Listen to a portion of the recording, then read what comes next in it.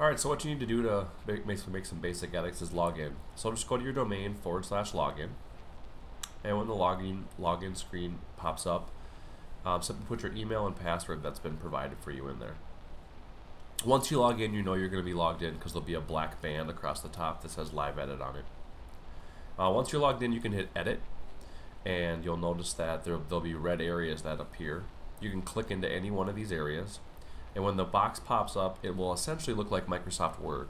So you'll be able to make changes. You can also see it as you type. The changes happen live, and then you can back it off. Excuse me. Make any corrections that you need, and then hit save. Once you hit save, you can move any of these items around. Everything is very drag and drop, so you can drag and drop stuff up and down, and it kind of shows you how it's going to drop in, and then you can move stuff around the site as you need it. And then you can always hit refresh on the site, or just hit the edit button again and turn it off, and that'll show you what the site looks like live. And then let's say you actually wanted to add an area of something. When you hit edit, you'll notice that there's a whole band of text that's up on the top, or a whole band of icons across the top. And what those icons are different things you can drag and drop down into different areas.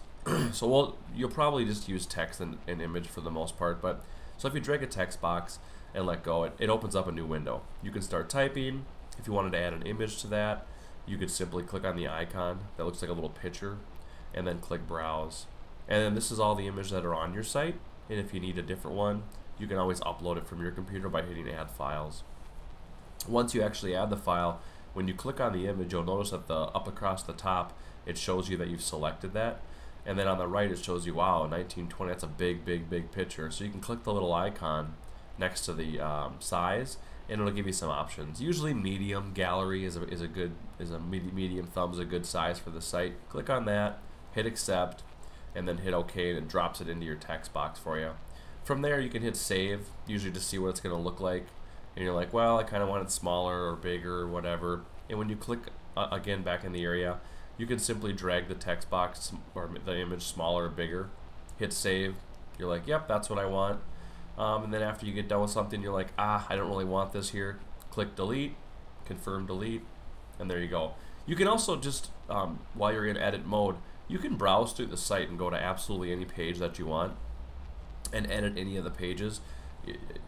It's functioning just like your site is.